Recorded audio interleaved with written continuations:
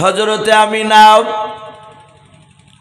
বালতি দড়ি নিয়ে ইদারার দিকে যাচ্ছেন পানি তুলতে রে বাবা।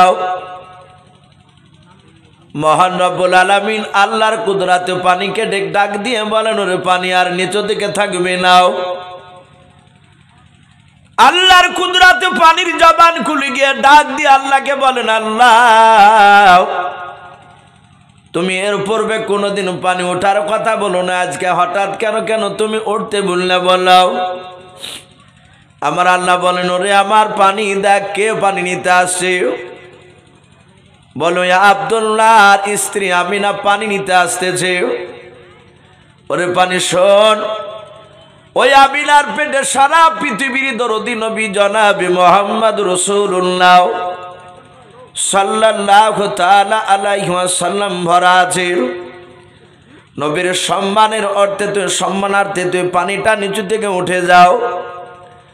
আল্লাহকে ডেকে বলেন, আল্লাহ পানিটা কত দূর উঠবো? বলে, উঠতে উঠতে ইদারার কাঁধা বড় বড় হয়ে যাও। হযরতে আমিনা এক পা দুপা করে ইদারার কাছে চলে গেলেন। ইদারার কাছে গিয়ে দেখেন বাবা আর পানি নিচু দিকে নাই, ইদারার কাঁধা বড় বড় হয়ে গিয়েছে। আমিনা বালতি দড়ি ফেলে দিয়ে বাপ যে দৌড়ে চলে যায়। আব্দুল মুত্তালিব বলেন, মা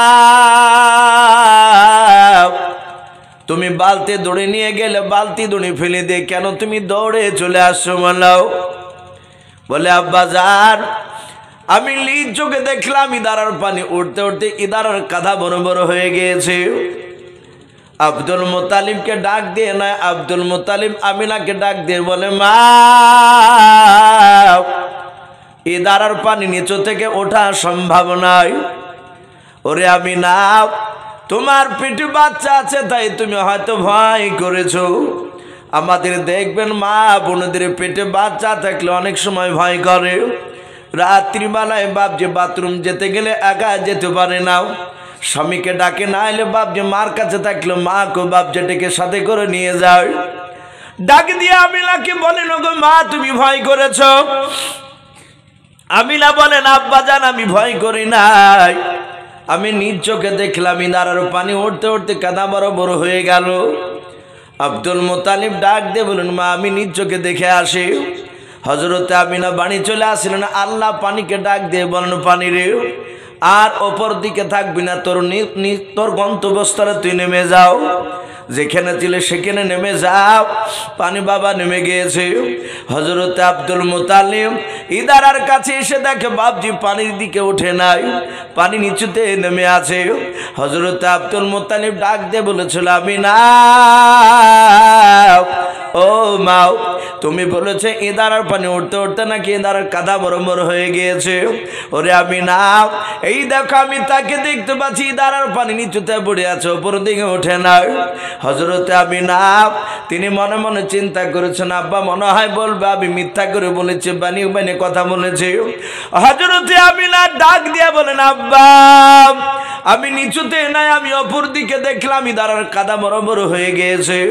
হযরতে আব্দুল মুত্তালিব বলেন, আমি না আব্বা বলে আমার দিকে এগিয়ে আসতেছে, ইদারার দিকে আসতেছিল, আর আমি আব্দুল মুত্তালিব আমিনার দিকে তাকাছিলাম একবার, আর একবার ইদারার পানির দিকে তাকাছিলাম। দেখলাম আমিনা ইদারার কাছাকাছি চলে আসলো, আর ইদারার পানি উঠতে উঠতে ইদারার কাঁধা বড় বড় হয়ে গেল। বলুন সুবহানাল্লাহ।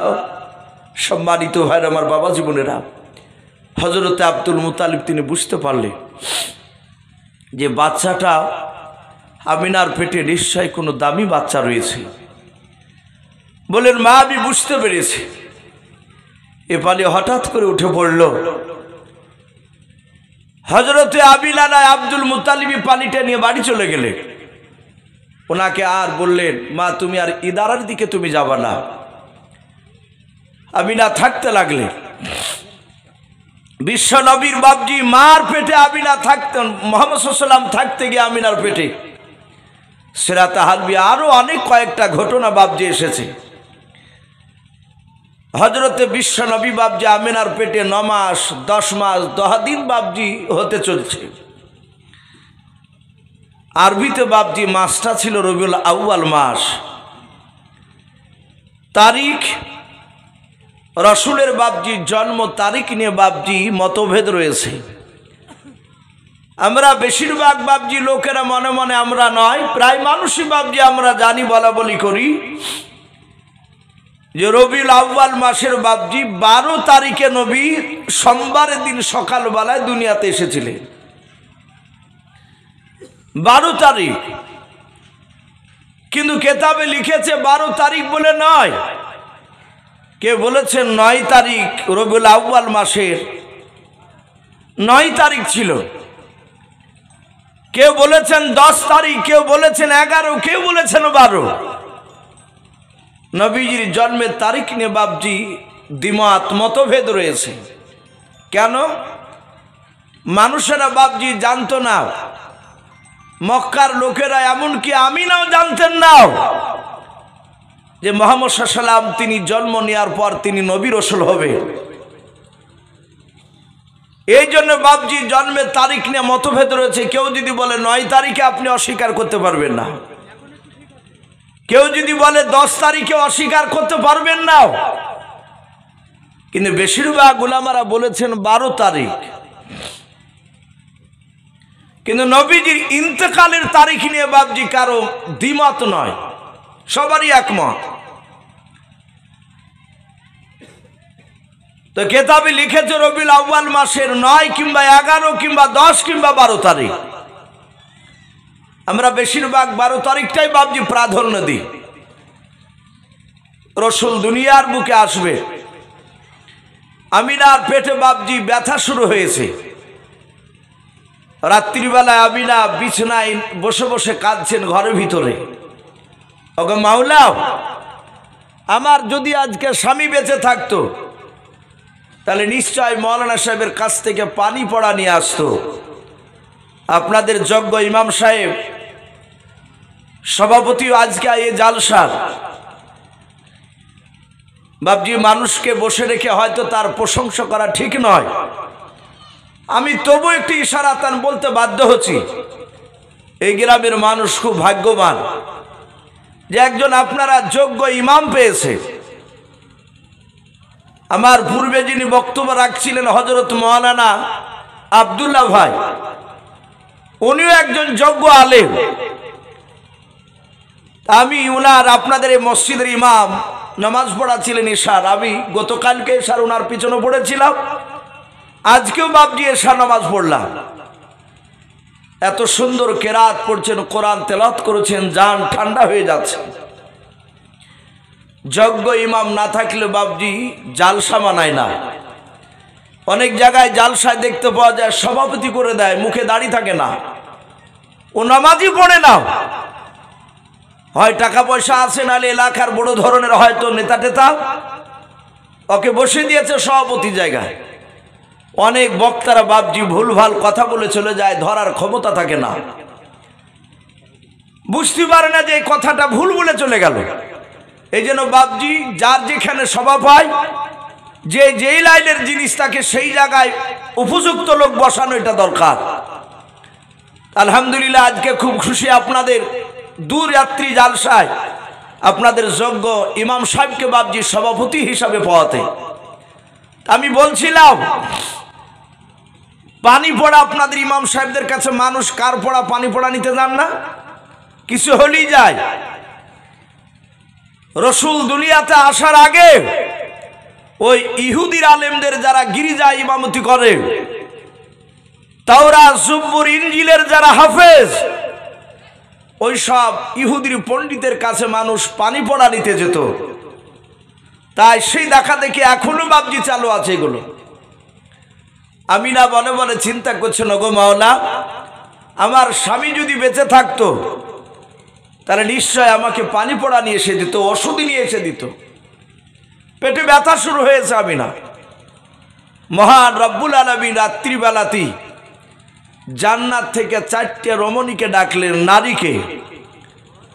4 নারীকে ডেকে বলেন, আয় রমণীরা, আয়, এক্ষুনি জান্নাতে কাউসারের পানি, জান্নাত থেকে মুশকে আম্বার, জান্নাতের দামি জান্নাতি পোশাক ন্যাকড়া নিয়ে তোমরা চলে যাও আব্দুল্লাহর কুটুরিতে। জোরে বলুন সুবহানাল্লাহ। ওই আমিনার ঘরে চারটে অপরিচিতা নারী, তারা আমিনা, কেউ তাদেরকে চিনে না। সবাই মিলে বাপজি তারা ঘরে হঠাৎ করে প্রবেশ করছে। হযরতে আমিনা চারটা মেয়েকে ডাক দিয়ে বলল, বোন তোমরা কারা? চারটা মেয়ে মুচকে হাসি দিয়ে বলল, বোন পরিচয় পরে দেওয়া হবে, গ্লাসের পানিটা খেয়ে নাও। তোমার বুঝি পেটে ব্যথা? বলে হ্যাঁ, সন্ধ্যা থেকে প্রচন্ড ব্যথা শুরু হয়েছে। আমিনা পানি পান করলেন, পেটের ব্যথাটা ভালো হয়ে গেল। বলুন সুবহানাল্লাহ। আমিনা ডাক দিয়ে বলে, বোন কে গো? এত রাত্রিতে এসে তোমরা আমার উপকার করলে? বলে তোমার পেটে যে বাচ্চা আছে সে বাচ্চাটাকে আমরা স্বাগতম জানাতে এসেছি। জোরে বলুন সুবহানাল্লাহ। আর একটু জোরে বলুন সুবহানাল্লাহ। হযরত বাপজি আপনার আমিনা পেটে বাচ্চা রয়েছে, রসুল তখনও জন্ম নেয় নাই। কেতাবে লিখেছে বাপজি নবী রাতে জন্ম নিবে না দিনে জন্ম নিবে। রাতের ভাষায় রাত বাপজি দিনকে ডেকে বলে, দিন তোর চেয়ে আমার মর্যাদা বেশি হয়ে যাবে। বলে কেন? বলে রাত্রিবেলায় রাসূলুল্লাহ জন্ম নিবে, তোর চেয়ে দাম বেড়ে যাবে আমার। দিন বলল জন্ম নিয়েছে, বলে ন্যায়নি নিবে।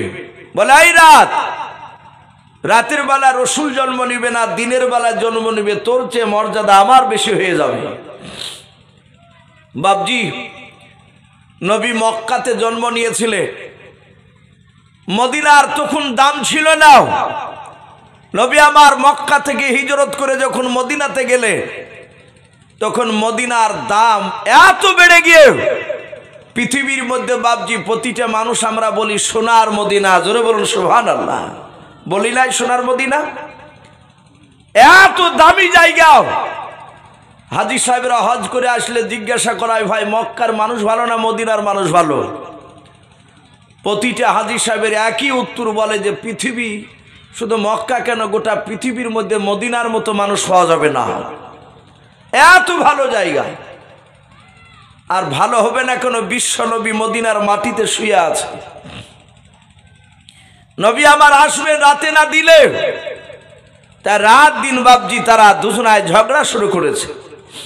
তাই কবি বলে, আজ নবীর জন্ম দিবস হায় রে মুমিন ভাই, আজ নবীর জন্ম দিবস হায়, আজ নবীর জন্ম দিবস হায় রে মুমিন ভাই, আজ নবীর জন্ম দিবস হায়।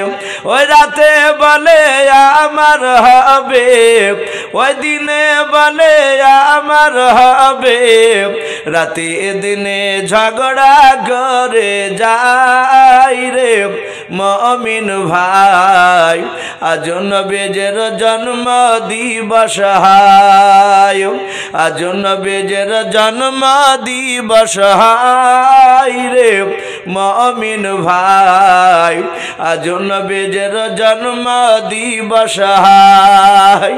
আমার আল্লাহ ডাক দিয়ে বলেন, ওরে রাত দিন শুনে নাও, আমার নবীকে এমন টাইমে দুনিয়ার বুকে পাঠাবো, রাত তুই দাবি করতে পারবি না রাতের বেলা রসুল এসেছে। ওরে দিন তো দাবি করতে পারবি না দিনের বেলা রসুল এসেছে। ও বাপজি ভাইয়েরা, আমরা সকলে জানি ফজরের আজান, মুয়াজ্জিন যখন আজান দেয় আসসালাতু খায়রুম মিনান নাওম বলে না, ওই টাইমটাকে শুভে সাদিকের টাইম বলা হয়। না রাত না বাপজি আপনার দিন, ওই সকালবেলায় ভোরবেলায় আল্লাহর নবী জনাবে মোহাম্মদ রাসূলুল্লাহ সাল্লাল্লাহু তাআলা আলাইহি ওয়াসাল্লাম নাভি কাটা অবস্থায় এবং খতনা অবস্থায় দুনিয়ার বুকে জন্ম নিলেন। জোরে বলুন সুবহানাল্লাহ। নাভি কাটা অবস্থায় আমাদের বাচ্চারা সন্তানরা নাভি কাটা অবস্থায় জন্ম নেয়। বাপ বিশ্বনবী নাভি কাটা এবং খতনা অবস্থায় সিরাতে হালবিয়া কেতাব দিতে লিখেছে, আর রাহিকুল মাকতুমও কেতাবটি তো এসেছে। নবীজি চলে আসলে আমিনা রসুলকে কোলে নিলে, ওই মেয়েগুলো বাপজি জান্নাতি কাপড় দিয়ে বাপজি জোরে ধরলে, মুশকে আম্বার লাগিয়ে দিলে আমার দরদি রসুলকে বাপজি চুমা দিয়ে 4টে মেয়ে আমিনাকে রেখে দিয়ে বাপজি কোলে দিয়ে চলে যাচ্ছে। আমিনা ডাক দিয়ে বলে, ওগো বোনেরাও, কই তোমাদের পরিচয়টা আমাকে দিলে না? প্রথম নাম্বার মেয়েটা ডাক দিয়ে বলেছিল, আমিনাও তুমি আমাকে চিনতে পারো নাই? বলে না।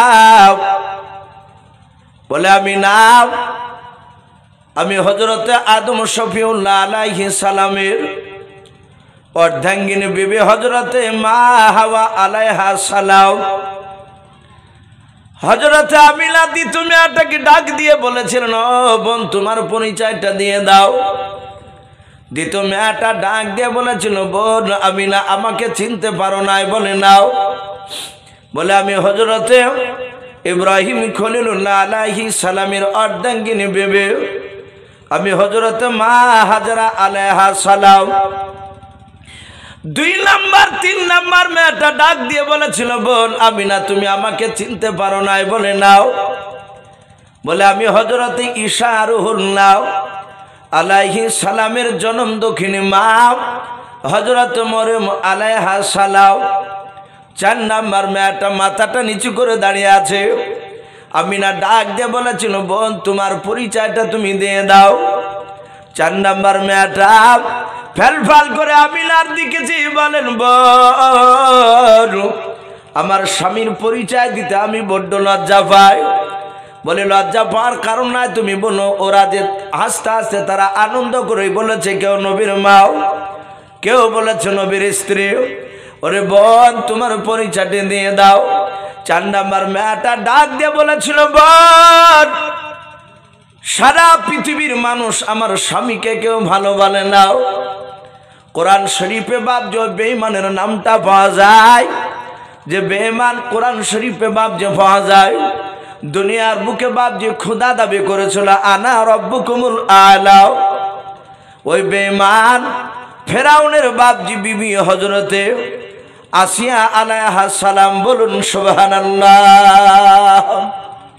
4টে মেয়ে বাপজি তাদের পরিচয় দিয়ে তারা অদৃশ্য হয়ে গেল। এখন আমিনার কোলে বাপজি বিশ্ব রসুল এসেছে।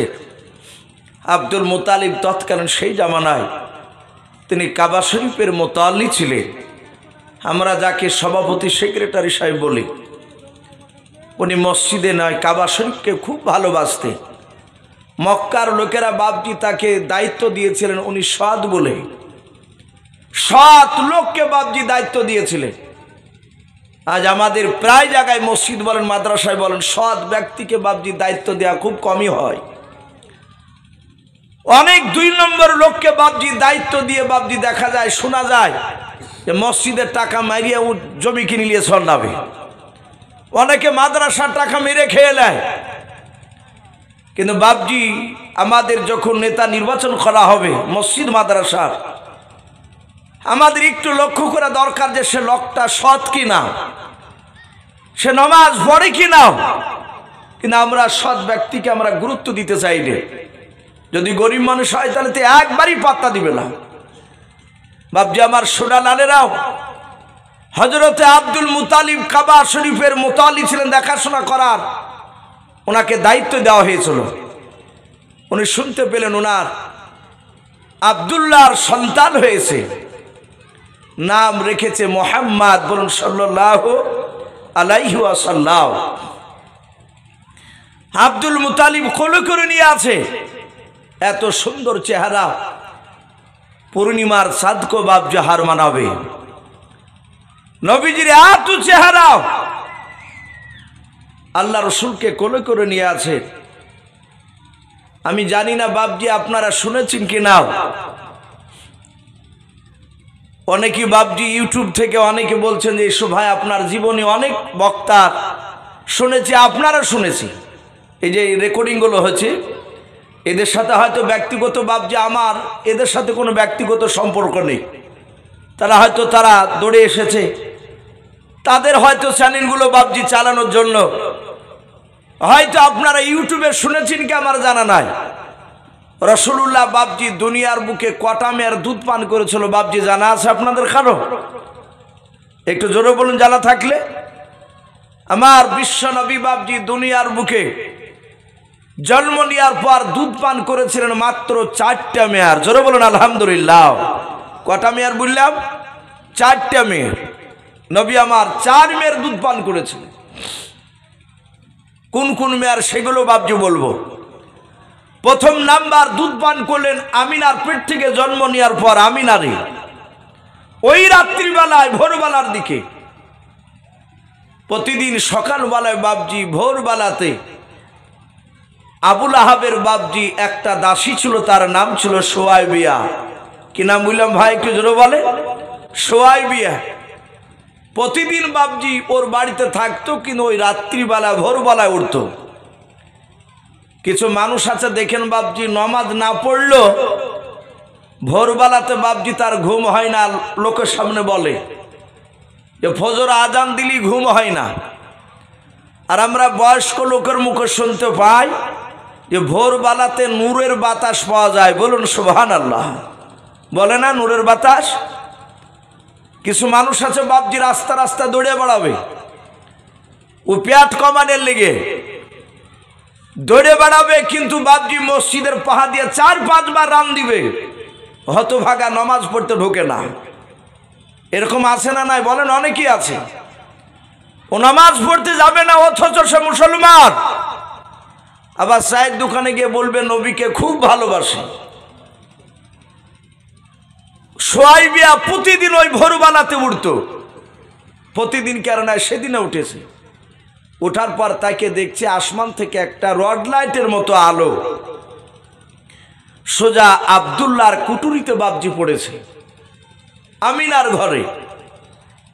উনি দূর থেকে দেখলেন ওই আলোতে অনেক মানুষ মনে হচ্ছে ঘোরাফেরা করছে। সোয়াইবিয়া দেখল এটা আমি আবুল আহাবের দাসী। আবুল আহাব তখন নিদ্রায় ঘুমিয়ে আছে। আমি যদি এখন ডাকতে যাই তাহলে আর ঘুমের ব্যাঘাত ঘটলে হয়তো আমাকে বকবে, মারবে। আর ঘুমের ব্যাঘাত আমি ঘটাবো না। ও ঘুমিয়ে থাকতে থাকতে একটু খোঁজটা নিয়ে আস, কি হলো ওখানে। সোয়াইবিয়া যত কাছে যায় তত বাপজি মানুষ দেখতে পায় না। সেরাতে হালবে কেতাবটিতে লিখেছে আল্লাহ রসুলকে বাপজি জান্নাত থেকে 70,000 ফেরেশতা রহমতের নবীকে স্বাগতম জানাতে এসেছিলেন। বলুন সুবহানাল্লাহ।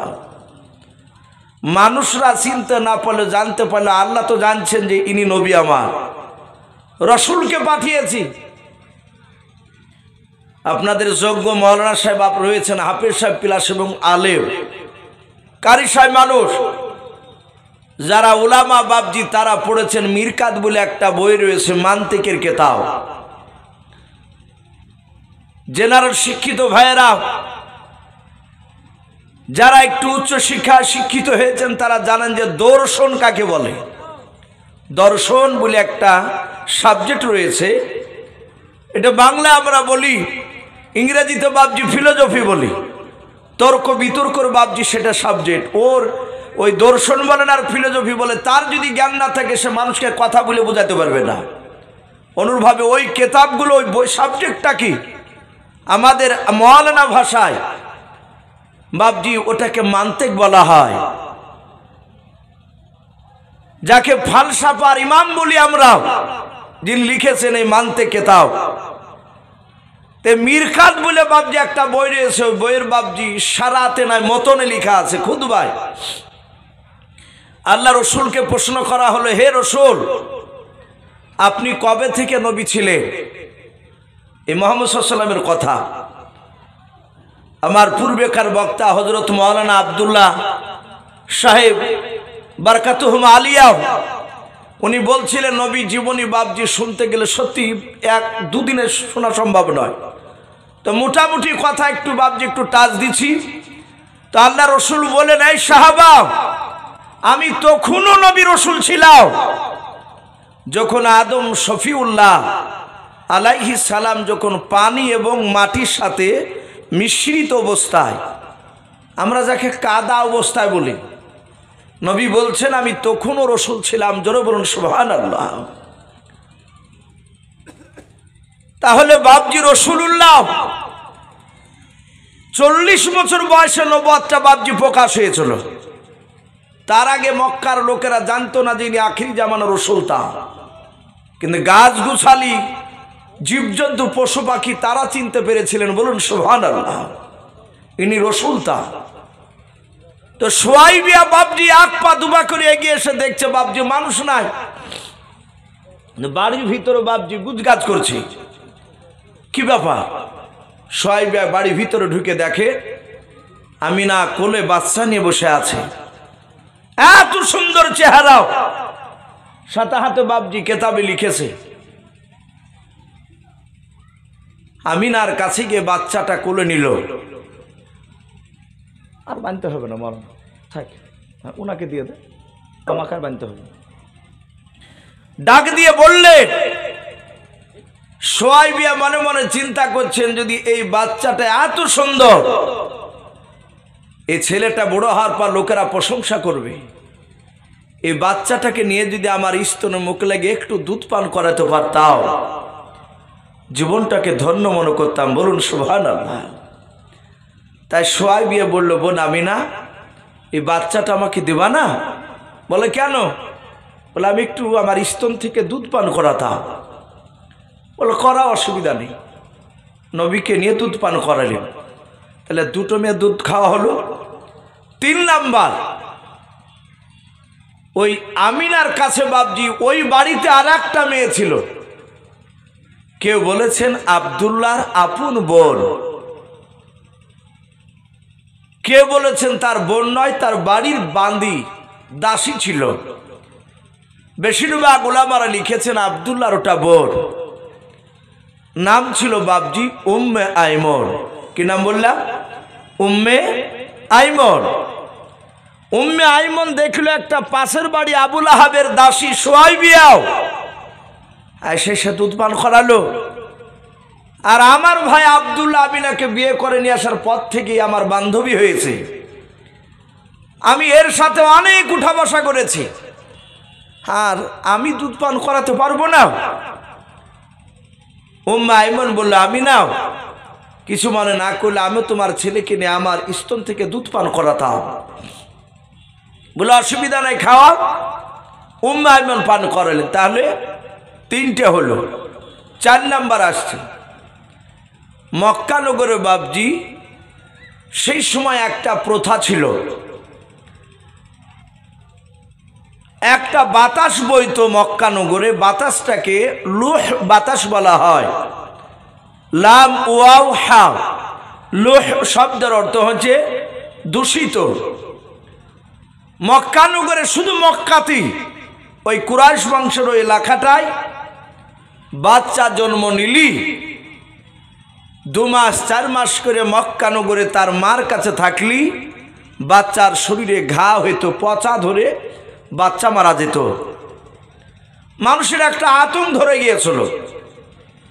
এই যে কয়েক বছর আগে বাপজি করোনা গেল, বাসে খুক খুক করে কাশলে মানুষ চাদরটা দিয়ে এমনিকে ঢাকে, কাশিওয়ালা লোক হলে ওর কাছ থেকে 10 হাত দূরে গিয়ে দাঁড়াইতো ভয়।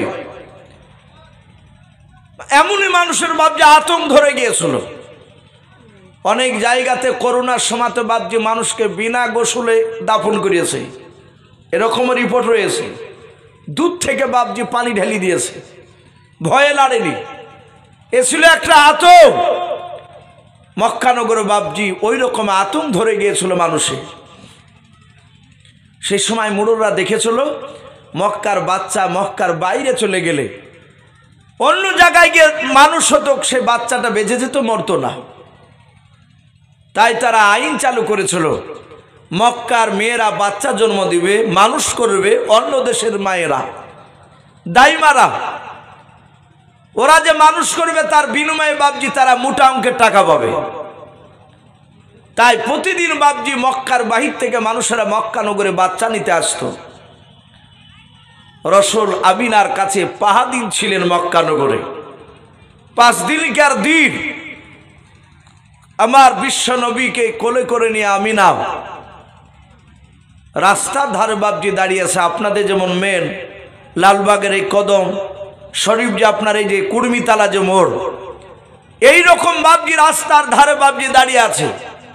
আমিনা তার শ্বশুরমশাই আব্দুল মুতাল্লিব রসুলকে বাপজি আমিনা কোলে করে নিয়ে প্রথম নাম্বার যে বাপজি দাইমা আসলো বাচ্চার খোঁজে। আমিনার কাছে আসলো যে মেয়েটা, সেই মেয়েটার নাম কেতাবে এসেছে রকিয়া বিনতে আবু জুহাস। রকিয়া ডাক দিয়ে বলেছিল, আমিনাও এই বাচ্চা কার? আমিনা বলেছিল বাচ্চা আমার। বলে বাচ্চাটা কি দিবা নাও? বলে দার জন্য দাঁড়িয়ে আছে। হযরত রকিয়া বিনতে আবু জুহাস মেয়েটাও আল্লাহর রসুলকে বাপজি কোলে নিয়ে বাপজি চুমা দিতে শুরু করে দিলাও। এমন ভাবে ভালোবাসা বাপজি দিতে লাগলো, আদর স্নেহ করতে লাগলো।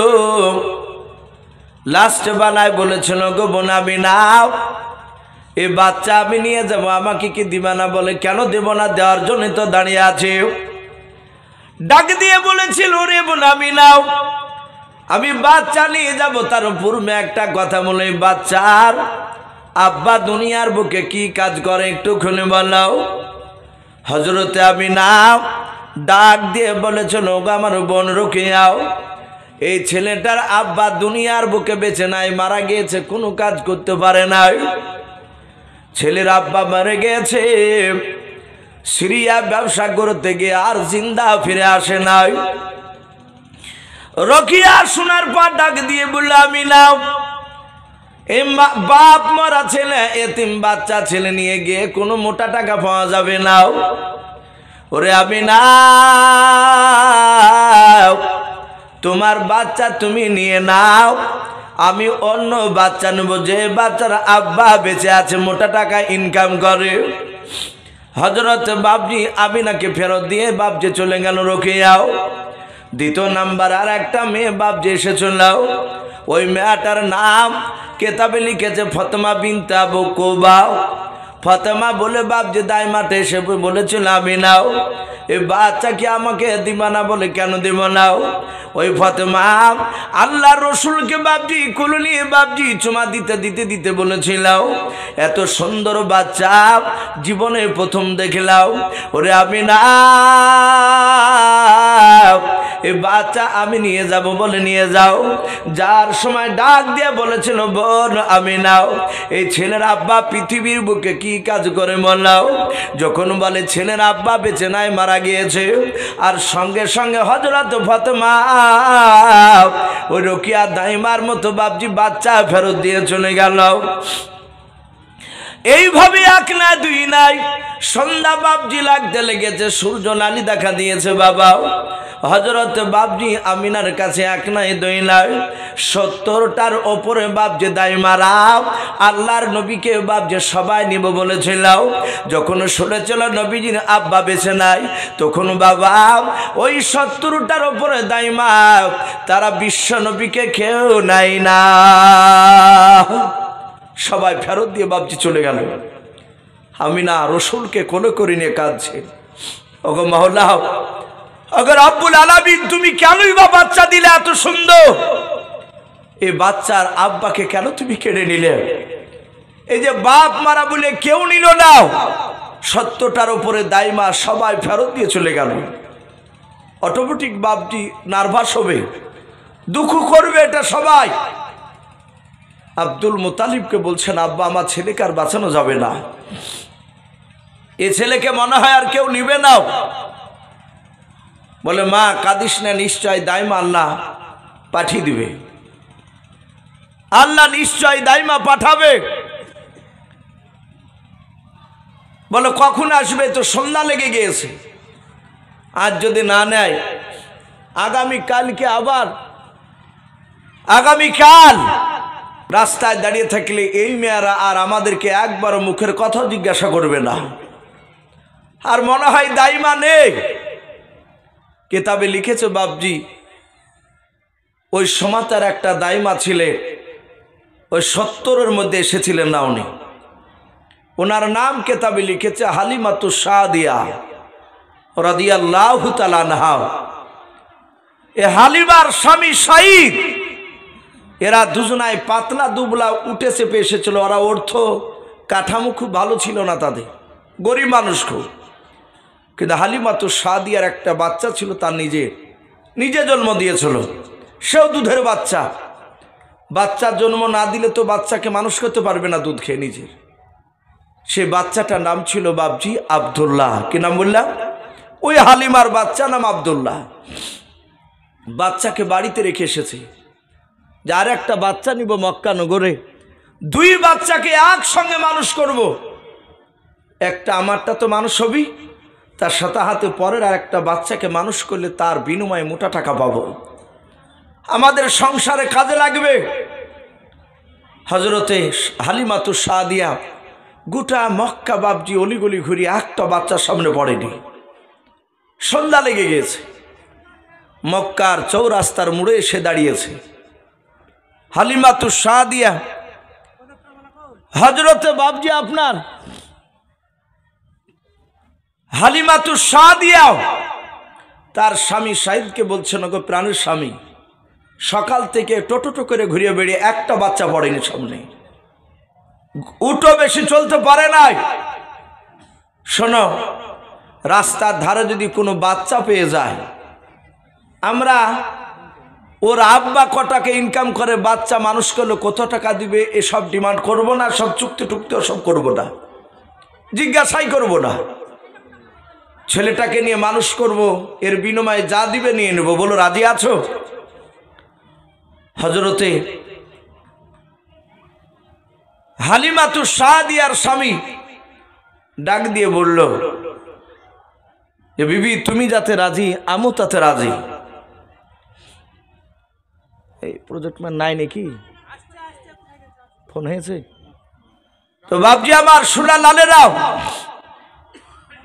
হজরতে হালিমাতুস সাদিয়া বলল অসুবিধা নাই, সাইদে বলল অসুবিধা নেই। বলে স্বামী, আমরা দেখেছি দাইমারা এই পশ্চিম দিকে রাস্তা দিয়ে গিয়েছে, চলে আমরা উত্তর দিকে রাস্তাটা যাব। পশ্চিম দিকে রাস্তায় গেলে বাচ্চা পাওয়া যাবে না। ভাইরা আমার, বাবা জীবনেরাও, হালিমাতুস সাদিয়া বলে আমরা উত্তর দিকে রাস্তার দিকে যাব বলে রওনা দিলাম। হঠাৎ করে দেখলাম উঠটা উত্তর দিকে রাস্তার দিকে, বাবা আপনারা একেবারে পশ্চিম দিকে রাস্তার দিকে দৌড়াতে শুরু করলাম।